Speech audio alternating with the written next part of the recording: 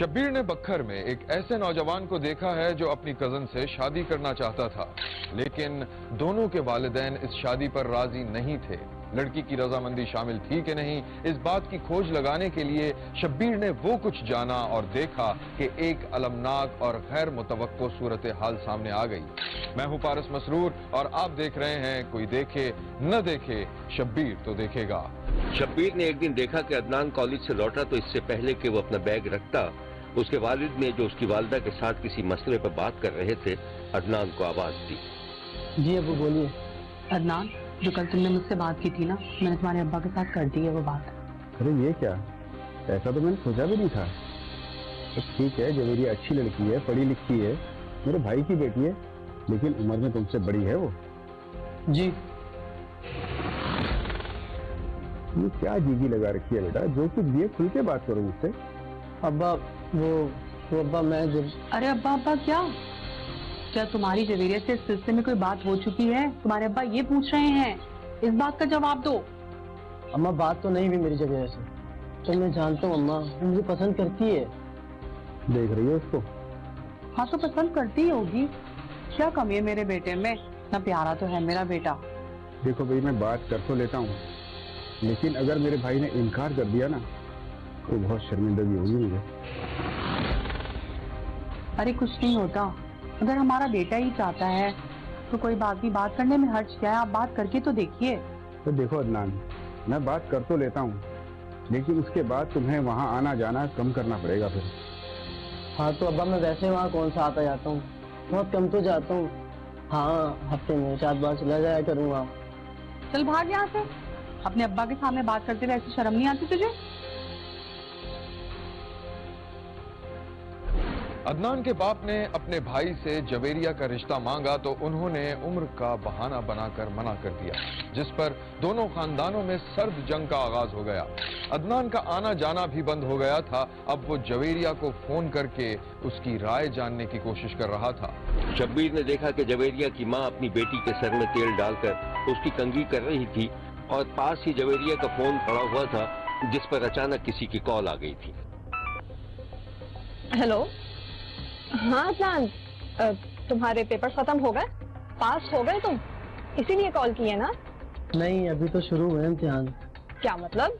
तुम तो कह रहे थे कि नहीं, इम्तिहान तो तुम्हारा शुरू हुआ है, पता है ना, चाची ने इनकार कर दिया।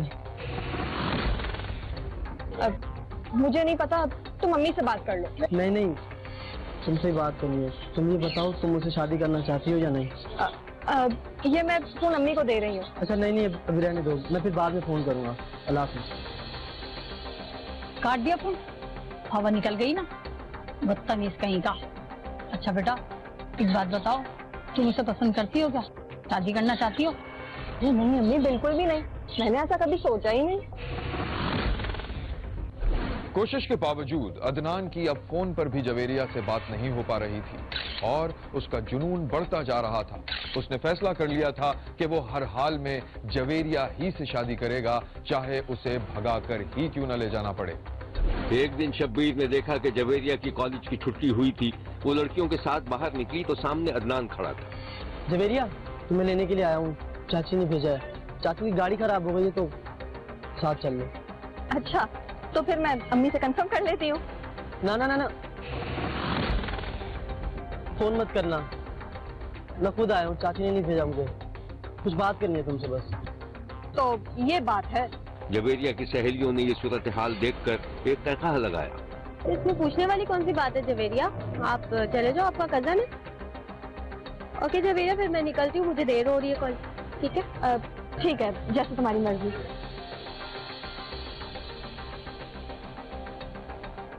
लड़कियां चली गईं तो जवेरिया और अदनान मोटरसाइकिल तक आकर रुक गए। देखो, इस तरह तो मैं तुम्हारे साथ बाइक में जाऊंगी नहीं, और तुम मेरे कॉलेज मत आया करो। नेक्स्ट टाइम तुमने ये हरकत की तो मम्मी को बता दूंगी, समझे? तुम्हें जो भी बात करनी है अम्मी से किया करो। खैर बताओ, क्या बात है? अब क्या बोलूं, तुम कुछ सुन क्या रही हो? देखो जल्दी बताओ, तमाशा मत बनाओ। क्या तुम मुझे वाकई पसंद नहीं करती?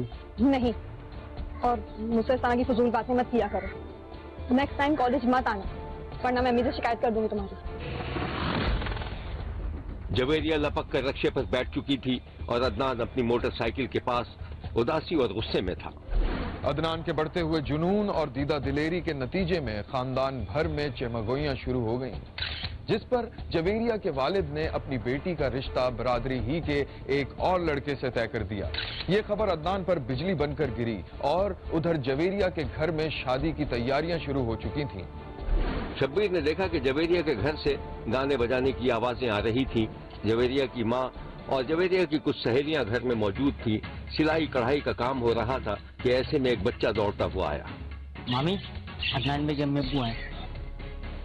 हाँ तो बुलाओ ना। मैं बुलाऊंगा। अस्सलाम वालेकुम। वालेकुम अस्सलाम। अरे भाई भाभी, आप लोग तो ऐसे हैं जैसे गैरों की शादी में। आपकी अपनी भतीजी की शादी है और अदनान कहाँ है?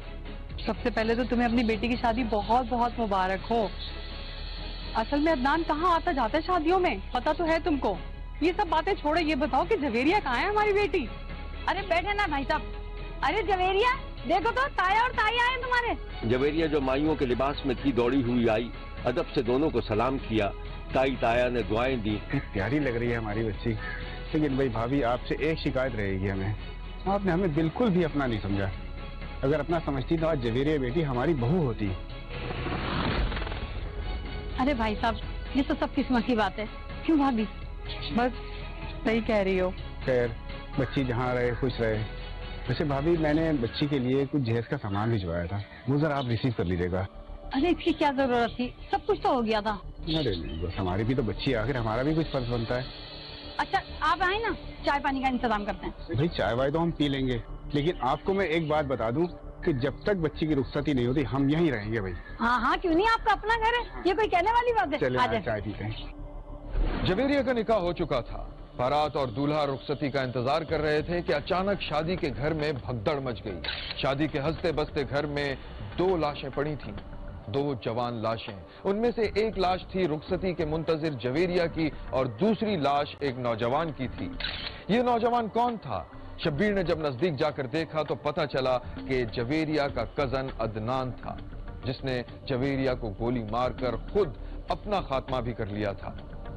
ये है जवेरिया की वो तस्वीर जब वो अपनी रुखसती की मुंतसिर थी, और ये है वो नाम निहाद आशिक जिसने यकतरफा इसकी नाकामी पर एक शरीफ लड़की को मौत के घाट उतार दिया था।